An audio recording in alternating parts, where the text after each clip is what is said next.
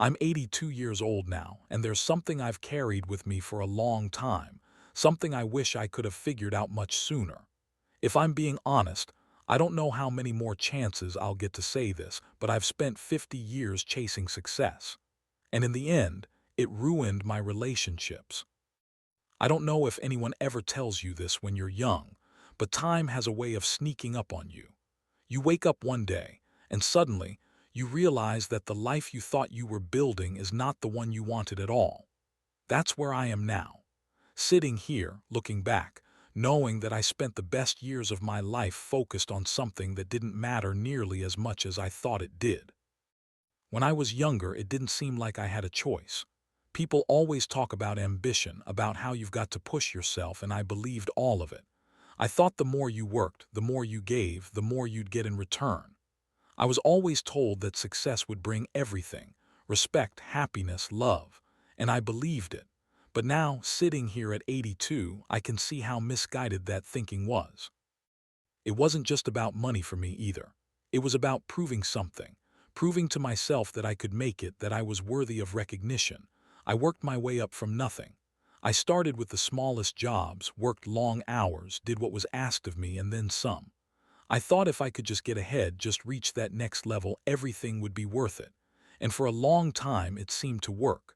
I got promotions, I bought a house, I had a family. But what I didn't see at the time was that the more I climbed, the further I pushed everyone else away. I remember in my 20s and 30s, I didn't even know how to slow down. I didn't think it was possible. Every day was a new challenge, a new project, and I had to meet it. I'd get up at 5 in the morning, leave for work by 6, and I wouldn't get home until late in the evening. The weekends weren't for rest, they were for more work. I told myself it was for my family, that I was doing it all to give them a better life.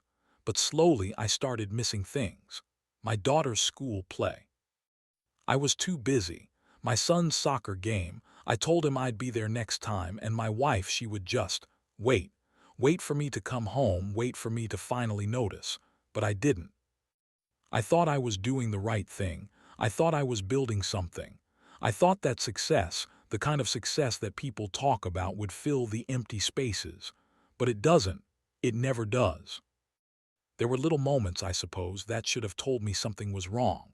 I'd come home after a long day and my wife would say, "You're never here, you're always working."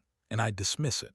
"I'm doing this for us," I'd say. "We'll be fine." But she was right. I wasn't really there, not for her, not for the kids. And it was so easy to convince myself that everything would be fine later. Later was always my excuse. Later I'd take a break.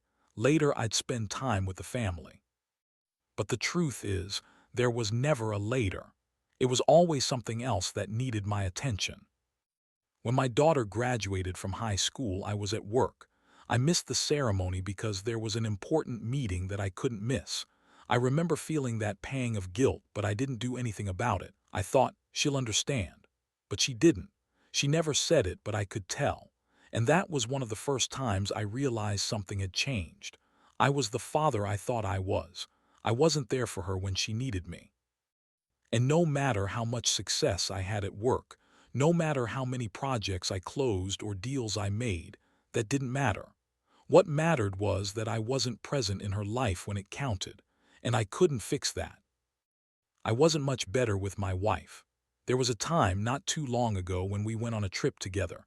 We went to the mountains, just the two of us. It was supposed to be our time. We were supposed to reconnect. I'd promised her that this time I'd put my phone away. I'd spend the whole weekend with her. But even then, I couldn't stop thinking about work. I checked my emails, I made a few calls, I checked in on things. I couldn't let it go. And she didn't say a word, but I could see the hurt in her eyes. I knew what I was doing to her. I could feel it. But I couldn't stop. I thought, just one more call, just one more email, then I'll be fully present. But that never came. It wasn't until much later that I understood what I'd done. But by then, it was too late.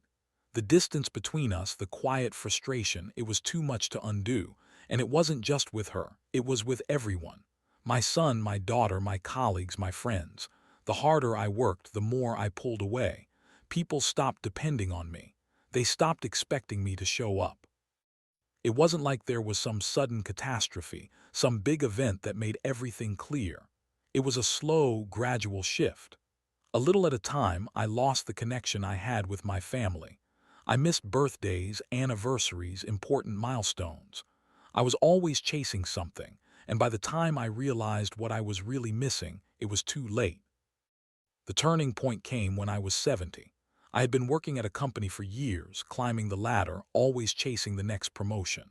But by then I had begun to feel the weight of it all. My health wasn't what it used to be. My body didn't respond the way it once did. And it was during that time that I started to look back. I looked at the empty house, the quiet dinners, and the relationships that had faded into something distant. I realized then how much I had sacrificed. And for what? Success, titles, money, none of it filled the emptiness I felt inside. I wish I could say that something dramatic happened to open my eyes, but it didn't. There wasn't a single moment of clarity. It was just the realization that I had spent my whole life focused on the wrong things. It hit me slowly, like a wave coming in when you're not looking. And by then, I knew I couldn't go back. I started to feel the ache of regret, but regret is a hard thing. It doesn't change anything. You can't go back and make different choices. I can't go back and be the father I should have been. I can't go back and be the husband I should have been. I can't undo the years I missed. The time that slipped through my fingers. The moments that could have been spent with the people I loved. And so now, sitting here at 82, I know what matters. It's not the job title. It's not the paycheck. It's not the meetings or the deals or the accomplishments.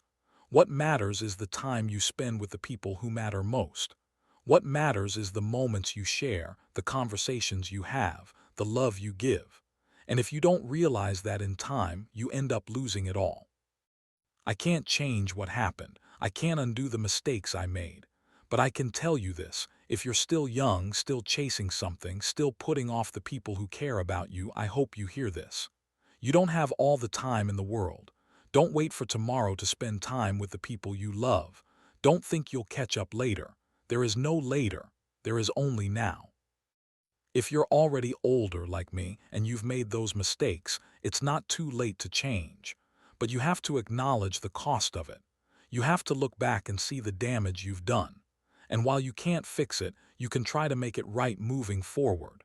Maybe not in the big ways you'd hoped, but in the small moments you still have. And so that's what I've learned.